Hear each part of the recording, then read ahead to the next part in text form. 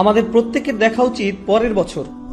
ধরুন এই রমজান থেকে পরের রমজান, রমজান তো শেষ, ধরুন এই ডিসেম্বর থেকে পরের ডিসেম্বর, এই শীতকাল থেকে পরের শীতকাল। কিভাবে আমি একজন ভালো মুসলিম হতে পারি?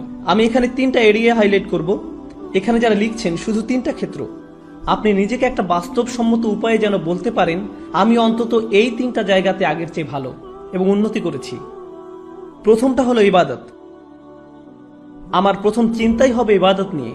আমার ফজর নামাজ কি আগের চেয়ে ভালো হচ্ছে? আমি কি অন্তত ঈশা আর ফজরটা সময় মতো সঠিকভাবে আদায় করতে পারছি? পুরুষদেরকে বলছি, আমি কি ফজরের জন্য উঠতে পারছি এবং মসজিদে যেতে পারছি? হয়তো এটা প্রতিদিন করতে পারছেন না, কিন্তু এটাকে একটা লক্ষ্য হিসাবে নির্ধারণ করুন।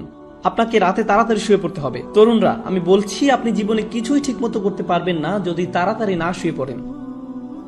রাতে যে হুক্কা নিয়ে ওইসব উচ্চমার্গীয় কথাবার্তা আপনারা বলেন, সেগুলো এই উম্মাহকে কোনো কিছুতে সক্রিয় করবে না। আমি বলছি ওই সমস্ত গম্ভীর আলোচনা, ভালো ভালো কথা, তারপর আপনারা সকাল 10টায় ঘুম থেকে উঠে ফজর পড়ছেন। আপনার গত রাতের শর্মা আর হুক্কা নিয়ে বিশদ আলোচনা, এই উম্মাহ কি ওগুলোর কারণে জাগবে মনে করেন? ঠিক সময় ঘুমোতে যান, তাড়াতাড়ি উঠুন, ঠিক মতো ফজর পড়ুন, সকালে কোরআন পড়ুন। ইন্না কুরআন আল ফাজরি কানা মাশহুদা। নিয়ম করে ঠিকঠাক মতো কোরআন পড়ুন। আমরা দুনিয়া বদলানোর কথা বলি, কিন্তু আমরা একটা দিনের কার্যক্রমও বদলাতে পারি না। আপনি যদি আপনার দিন বদলাতে পারেন, তাহলে আপনার বছরও বদলাতে পারবেন, আপনার জীবনও বদলাতে পারবেন। আপনাকে আপনার দিন দিয়েই শুরু করতে হবে। ইবাদত অর্থে আপনার সকালটাকে ফলপ্রসূ করতে হবে। ইবাদতের একটা অংশ হলো, আমি বিশেষ করে এখানে তাদের অন্তর্ভুক্ত করব যাদের দূরদর্শিতা আছে। আপনার দূরদর্শিতা, আপনার অনুপ্রেরণা আসবে কোরআনের মাধ্যমে। কোরআন আপনার হৃদয়ে থাকতে হবে। যতটুকু সম্ভব কোরআন মুখস্থ করার প্রজেক্ট শুরু করতে হবে আপনাকে।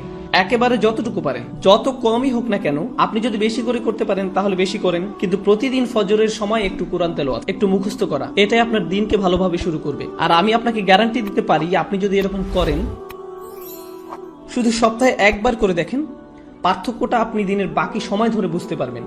আপনি লক্ষ্য করবেন যে ওই দিনটাতে অনেক বেশি বারাকা আছে, আপনি অনেক বেশি কিছু শেষ করতে পারছেন, আপনার চারপাশে দরজা খুলে যাচ্ছে, অনেক সুযোগ তৈরি হচ্ছে, আপনার মন পরিষ্কার আর অনেক সৃষ্টিশীল আইডিয়া আসছে। আপনি দেখবেন আল্লাহ আপনাকে ওইসব কল্যাণ দিচ্ছেন এবং দরজা খুলে দিচ্ছেন যেগুলো আগে বন্ধ ছিল। কাজেই প্রথমটা, কতগুলো এরিয়া আমি যেন বলেছি? 3টা এরিয়া। প্রথমটা হলো ইবাদত। এটাই প্রথম এরিয়া যেটাতে আমি আরো ভালো করতে যাচ্ছি। দ্বিতীয় এরিয়া, যেটার জন্য সত্যি আপনাকে ভালোভাবে খাটতে হবে, এটার ব্যাপারে মাথা ব্যথা থাকতে হবে, সেটা হলো শিক্ষা, জ্ঞান। কিভাবে আমি এই এরিয়াতে আমার জ্ঞান বাড়াবো?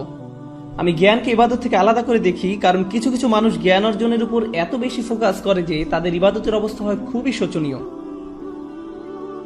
তারা ইবাদত করে না, তাদের ধারণা তাদের জ্ঞান ইবাদতের শূন্যস্থান পূরণ করে দিবে। তারা অনেক তাফসির পড়ে, অনেক তাজউইদ জানে, কিন্তু তারা এমনকি তাদের সালাতেও কোনো মনোযোগই দেয় না। তাহলে সেই জ্ঞান আছে কিসের জন্য? আমি অগ্রাধিকার ভিত্তিতে এগুলো উল্লেখ করেছি। প্রথমটা ইবাদত, দ্বিতীয়টা জ্ঞান। আমি বলছি না যে আপনারা আলেম হন এবং শরীয়তের উপরে ডিগ্রি নিন। যারা করছেন তাদেরকে অভিনন্দন জানাই। আমি এখানে সবার কথা বলছি। এখানে সবাই মুফতি বা আলেম নাও হতে পারেন, কিন্তু আপনাকে শিক্ষিত মুসলিম হতে হবে। আপনার ইসলামের উপর অন্তত প্রাথমিক পর্যায়ের বিদ্যা থাকতে হবে। আমি এখানে সবার কথা বলছি। তাই আপনার জন্য আমার পরামর্শ হলো,